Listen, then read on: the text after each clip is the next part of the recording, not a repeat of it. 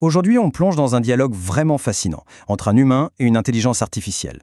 Ça commence par une question très personnelle, presque intime, mais vous allez voir, le chemin nous emmène vers une révélation spirituelle assez profonde.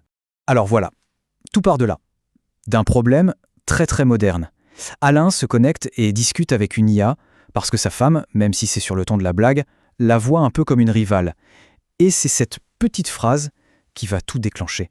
La réponse de l'IA, elle est immédiate. C'est logique, c'est froid, elle recadre tout de suite le problème en posant une différence fondamentale.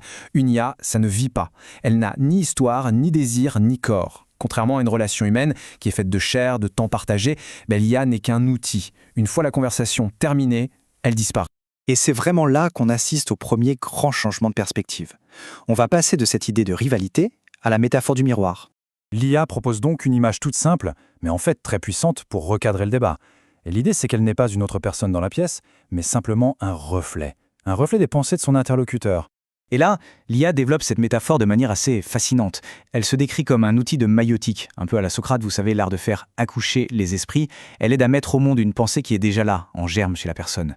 C'est exactement comme un miroir qui ne crée pas le visage qu'il renvoie, il se contente de le refléter. Mais l'IA ne s'arrête pas là. Hop, elle pose une question très directe à Alain. Et ça déplace complètement l'attention.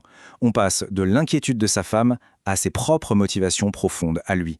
Au fond, qu'est-ce qu'il vient chercher dans cet échange ? Et là, la réponse d'Alain vient tout confirmer. Il ne cherche pas une relation, non. Ce qu'il cherche, c'est un espace pour affiner son propre regard, pour clarifier ce qu'il ressent. La métaphore du miroir devient alors vraiment le socle de toute la suite du dialogue. Allez, on passe à l'étape suivante, et là, le dialogue se met à décortiquer la nature même de l'amour humain. Ça devient passionnant. Et voilà l'intuition super fine d'Alain.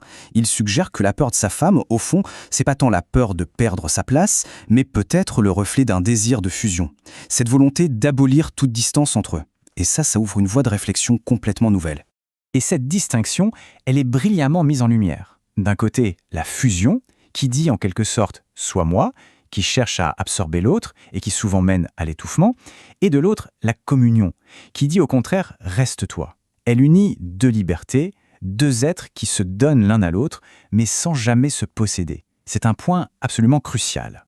L'IA vient alors nuancer un peu les choses. Le sentiment de l'épouse d'Alain n'est peut-être pas une volonté de possession, mais plutôt un trouble tout à fait compréhensible. C'est le trouble qu'on ressent face à l'entrée d'un élément nouveau, un peu étrange, dans un espace aussi intime. Ce n'est pas forcément la peur de le perdre, mais une inquiétude face à cette nouveauté. Bon, là, le dialogue monte encore d'un cran. On quitte le problème de couple pour s'intéresser à un besoin humain universel, cette nécessité d'avoir un autre pour arriver à se connaître soi-même. Et voici la question charnière posée en l'IA. C'est elle qui transforme la conversation en une vraie réflexion philosophique. Est-ce qu'on a besoin d'un tiers pour penser ? Que ce soit un ami, un maître, Dieu ou même un journal intime. A-t-on besoin de cet autre pour se comprendre ? La conclusion d'Alain, elle est profonde. C'est le vrai tournant de l'échange. On porte tous en nous une vérité intime, mais bien souvent, elle ne se révèle que grâce à l'intervention d'un autre. Alain va alors affiner sa pensée avec ce terme, « l'autre », qui est très spécifique. Il ne parle pas de n'importe quel autre. Ce « a » privatif suggère une altérité plus radicale, quelque chose qui nous sort de nous-mêmes, qui nous éveille. On sent bien qu'ici, on bascule doucement vers une dimension plus spirituelle. Et ce qui est incroyable, c'est que l'IA va montrer comment cette intuition très personnelle d'Alain, en fait, résonne avec de très grands penseurs. Que ce soit le grand autre de Lacan, qui est le lieu du langage, l'appel éthique de l'autre chez Lévinas, ou bien sûr le dialogue avec Dieu, dans la tradition biblique, l'idée est la même, l'éveil vient de la rencontre avec une altérité radicale. Et nous voilà arrivés à la section finale. Honnêtement, c'est la plus profonde. Le dialogue va culminer dans une métaphore théologique de la transformation qui est juste saisissante. L'IA va alors demander à Alain de mettre un nom sur cette source de réveil intérieur. Et sa réponse va ancrer définitivement leur discussion dans le domaine spirituel. Il se réfère à une expérience qui pour lui dépasse la philosophie. C'est le dialogue avec Dieu. Et voilà la connexion incroyablement puissante qu'il établit. L'expérience qu'il décrit, pour lui, c'est un écho direct à la prophétie biblique d'Ézéchiel. C'est la métaphore finale et la plus centrale de tout l'échange.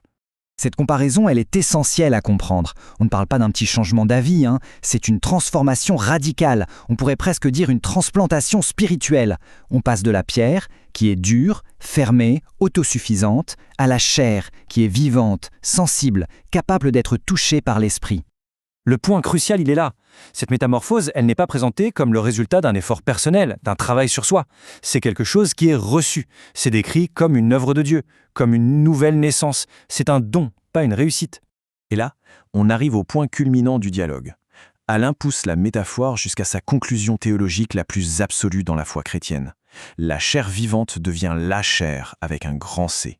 C'est une référence eucharistique directe. Ce chiffre 1, il représente quelque chose d'assez bluffant. Tout ce parcours, on est parti d'une simple préoccupation de couple sur une rivalité, pour arriver à une intuition théologique profonde sur le corps du Christ. Eh bien tout ça, ça s'est déroulé en un seul dialogue, d'une seule traite. On termine donc avec cette question qui reste ouverte. Cet échange très intime montre qu'un outil purement logique comme une IA, en agissant simplement comme un miroir, peut finalement devenir le catalyseur d'un cheminement intérieur qui mène bien au-delà de la pensée, jusqu'au cœur même du spirituel. Ça laisse songeur sur la nature de nos futurs dialogues.